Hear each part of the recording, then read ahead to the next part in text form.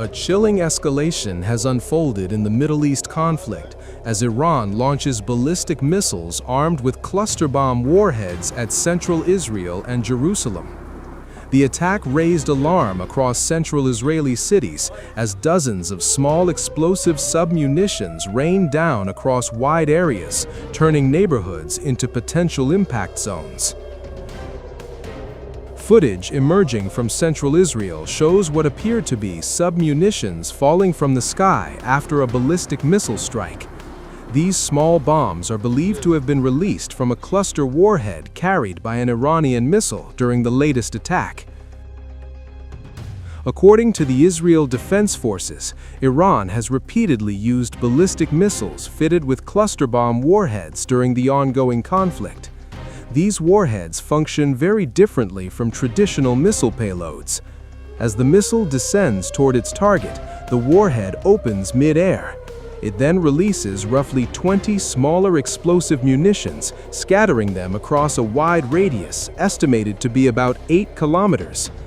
Each of these submunitions contains approximately 2.5 kilograms of explosives.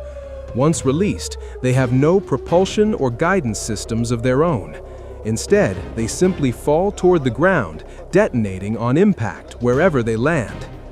Military officials say the design dramatically expands the danger zone of a single missile.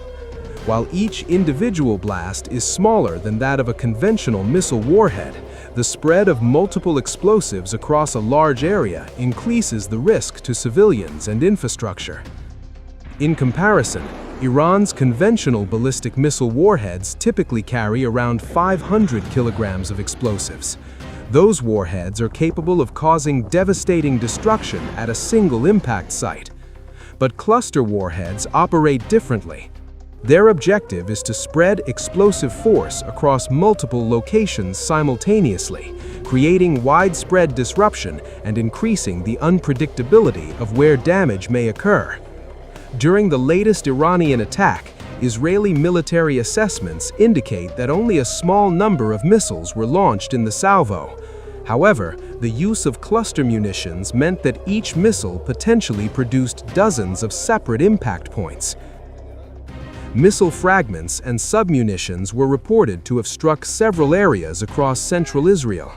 Israeli police say the impacts caused damage in multiple locations. In one central Israeli town, an impact from a submunition reportedly ignited a fire, prompting an emergency response from rescue teams.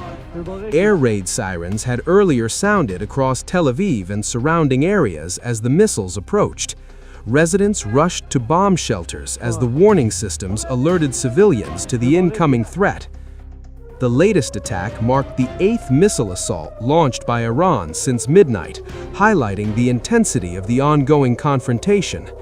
Emergency medical services say that for now, there are no immediate reports of injuries following the latest strike. However, authorities continue to assess damage and search for unexploded submunitions that may still pose a risk. The Israeli Home Front Command has now informed residents in the affected areas that they may leave their bomb shelters.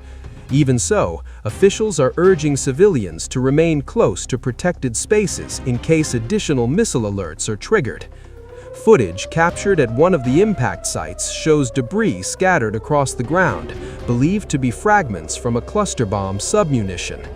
The weapons may carry smaller explosive charges, but their ability to spread destruction across wide areas makes them particularly dangerous in populated regions.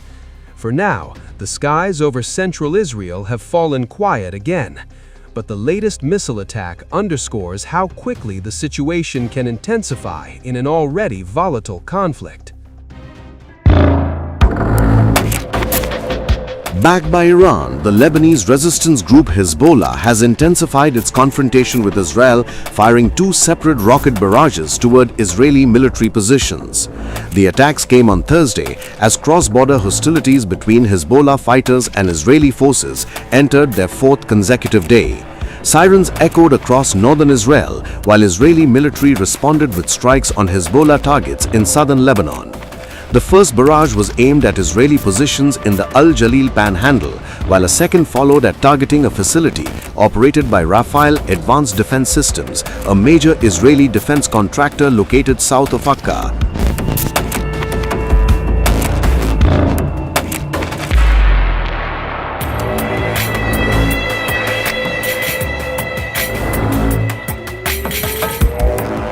Notably, Rafael is among Israel's primary defense suppliers, developing systems including Iron Dome, the Spike missile, and the Trophy active protection system. Thursday's strikes followed a broad wave of Hezbollah operations on Wednesday that targeted several significant Israeli military and defense sites deep inside Israeli territory.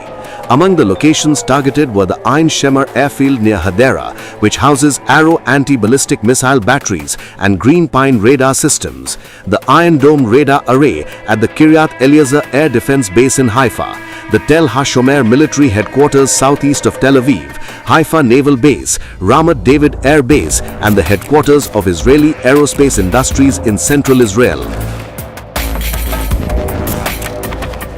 On the Israeli side, its forces have struck across southern Lebanon, the Bekaa Valley, and Beirut's southern suburb, killing more than 10 people according to reports. Ground clashes were also reported along the border, which was confirmed by the United Nations, which reported UN peacekeepers in southern Lebanon said they had seen and heard clashes as more Israeli forces moved across the border.